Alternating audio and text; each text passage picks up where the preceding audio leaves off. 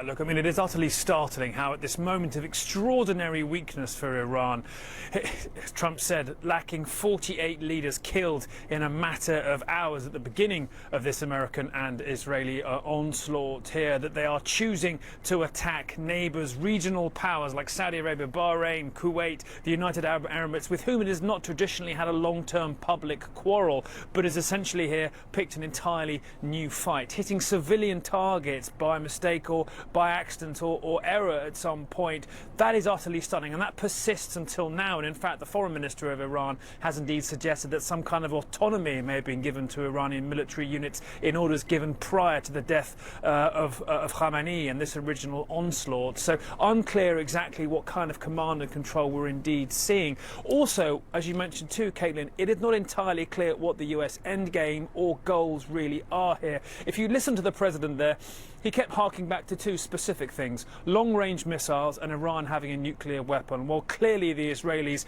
and the B-2 bombers that we saw by the United States in the air over the last 36 hours are going for some of the more potent ballistic missiles. And certainly, I think after this level of onslaught, it's highly unlikely that the not particularly good condition nuclear program we saw prior to this onslaught will be in a worse one still. Then we have this wider aspiration from the president talking about the possibility of some kind of regime change, of popular uprising, of the IRGC, a Revolutionary Guard Corps, seeking total immunity rather than certain death. That is, I think, something which is slightly more of a pipe dream at this stage. We are not seeing signs of wider popular uprising at this particular point, although Trump did say for the second time since this began that the US would be there to help the Iranians rise up. We'll have to see if that moves at all, but ultimately now we're looking at a president whose timeline seems to shift to potentially nearly a month in one conversation. In other times he suggests perhaps he might be willing to speak to the Iranians soon,